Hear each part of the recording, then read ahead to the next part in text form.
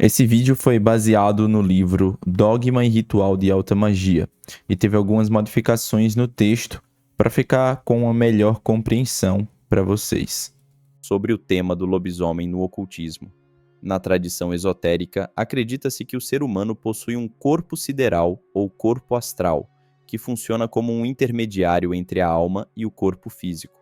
Esse corpo sutil pode desprender-se parcialmente durante o sono, viajando pelo plano astral enquanto o corpo material permanece adormecido.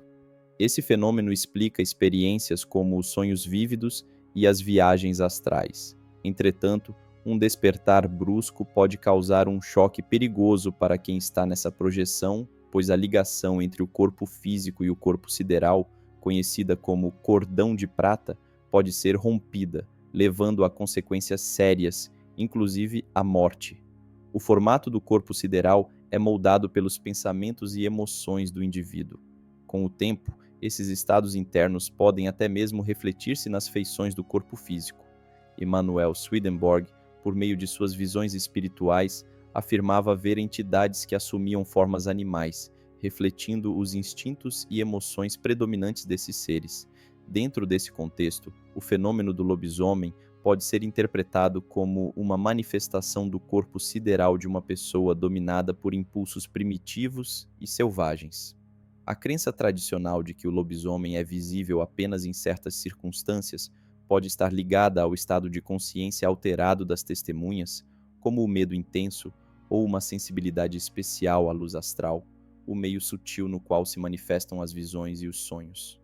Curiosamente, golpes infligidos a um lobisomem podem, de acordo com essa concepção, refletir-se no corpo físico da pessoa associada a ele. Isso se explicaria por uma reação nervosa e magnética, onde o corpo astral, ao ser atingido, transmite a impressão ao corpo físico. Esse conceito também pode ser encontrado em estudos sobre hipnose e sugestão mental, onde estímulos psicológicos geram respostas fisiológicas inesperadas.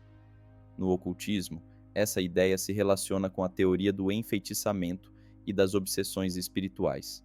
Dion Fortune, ocultista e estudiosa das ciências esotéricas, explorou a influência de energias psíquicas na saúde mental e emocional. Em sua obra A Cabala Mística, ela menciona como pensamentos carregados de emoções negativas podem materializar formas no plano astral, que podem adquirir vida própria e afetar as pessoas ao seu redor.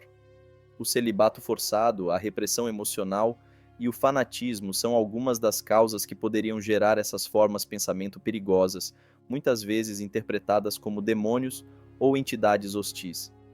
No livro Autodefesa Psíquica, Dion Fortune relata uma experiência em que se projetou no plano astral e encontrou um lobo, simbolizando energias psíquicas agressivas que podem ser materializadas nesse plano. Esse relato reforça a ideia de que entidades e formas pensamento podem assumir formas animalescas, muitas vezes relacionadas a medos profundos ou instintos reprimidos. Essas experiências são interpretadas no ocultismo como manifestações das forças internas do inconsciente, projetadas na luz astral. O ocultista Paracelso também afirmava que emoções intensas como ódio ou desejo reprimido podiam criar entidades astrais que persistiam mesmo após a morte do indivíduo.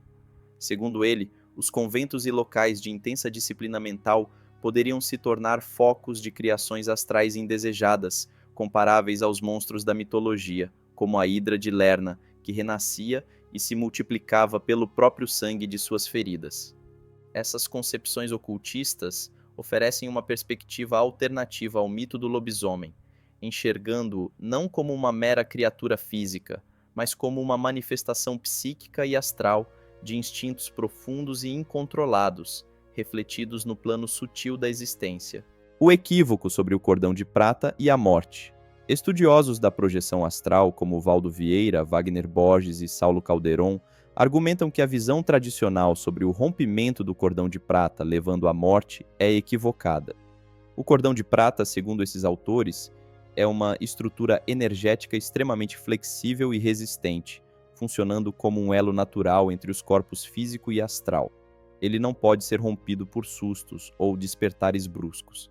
Vieira, em suas obras sobre projeciologia, explica que o retorno repentino ao corpo físico pode causar desconforto, como a sensação de queda ou paralisia do sono, mas não representa risco de morte.